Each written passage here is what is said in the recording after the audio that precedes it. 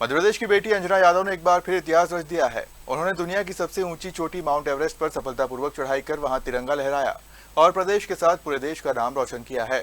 उनकी इस उपलब्धि से पूरे मध्य प्रदेश में खुशी का माहौल है। अंजना यादव 3 अप्रैल को काठमांडू के लिए रवाना हुई थी। एवरेस्ट की कठिन चढ़ाई के दौरान उन्हें हर दिन नई चुनौतियों का सामना करना पड़ा, लेकिन उन्होंने हार नहीं मानी और अपने लक्ष्य को हासिल किया।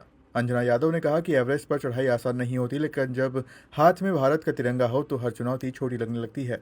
जय हिंद दोस्तों, मैं अंजना यादव इंटरनेशनल माउंटेनर। मुझे आज बहुत ही खुशी हो रही है क्योंकि टॉप ऑफ द वर्ल्ड को मैं टच करके आई हूँ और आप सब लोग मेरे साथ हैं। तो मेरे लिए बहुत ही खुशी की पल है मेरे लिए, जो आज मैं आप लोगों को सबको शेयर कर रही हूँ, साझा कर रही हूँ। क्योंकि कुछ चीज़ भले ही मैं जो चीज़ मेरी आंखों में बसी है वो मैं भले ही आपको अच्छे से एक्सप्लेन नहीं कर पाऊँगी, लेकिन मैं बताऊँगी क्योंकि ये मेरा 2 मंथ की जर्नी रही है और मुझे आज 2 मंथ हो गए हैं भारत। फाइनली मैं कल वापस आई हूँ और बहुत ही मैं पहले यहाँ से नेपाल से काठमांडू गई और काठमांडू से मैं बेस कैंप गई।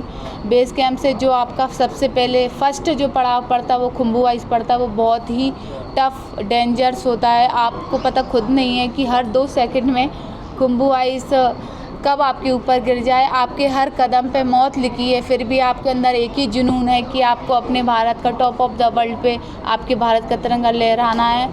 जब मैं खुम्बू आइस क्रॉस करके गई और मैं सेकंड कैंप पहुंची, फिर सेकंड कैंप से मेरे को दोबारा नीचे भेजा गया। बेस कैंप की वेदर अच्छा नहीं है, आपको नीचे जाना पड़ेगा। मैं बहुत ज़्यादा टेंशन में आ गई थी कि कैसे मैं टॉप ऑफ द वर्ल्ड पहुंच पाऊंगी। फिर मैं नीचे आई, फिर दोबारा मेरे को भेजा गया, मैं फिर 7000 मीटर पे गई।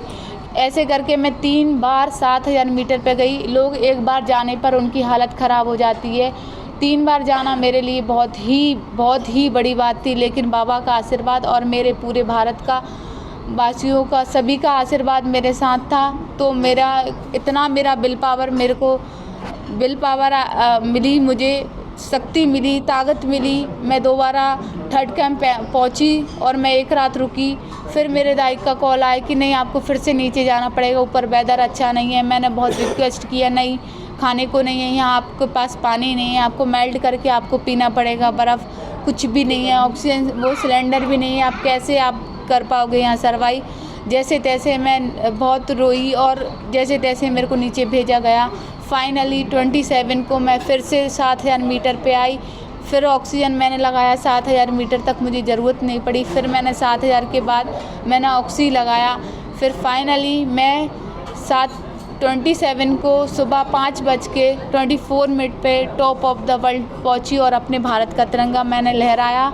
इससे बड़ी गर्व की बात मेरे लिए कुछ नहीं थी, क्योंकि इतना मौसम ख़राब होने के बाद इतना कम विंडो था। 27 को कोई विंडो नहीं था, लेकिन भगवान का इतना करिश्मा देखो आप कि 27 को विंडो ओपन मिल गया मुझे और मैंने फाइनली अपने भारत का तिरंगा फहराया। और ये जो मेरी राइड है पूरी, ये ऑपरेशन सिंदूर को मैंने डेडिकेट किया है, क्योंकि जिस दिन 1 वर्ष हुआ था उस दिन भी मैंने अपना बैनर फहराया ऑपरेशन सिंदूर का, और टॉप ऑफ द वर्ल्ड पे भी मैंने अपने ऑपरेशन सिंदूर का बैनर फहराया, क्योंकि वो मेरे लिए ताकत थी। क्योंकि जब पहलगाम में वो फायरिंग हो रहा था तो सभी से पूछकर उन्हें गोली मारी जा रही थी कि आप कौन हो, तो उनके मुख से एक ही आवाज़ आ रही थी, मैं हिंदू हूँ, मैं हिंदुस्तान का हूँ, जय हिंद जय भारत। तो हम तो बहुत ही छोटे से लोग हैं कि मैं इतने टॉप पर पहुँच गई हुई है, मेरे लिए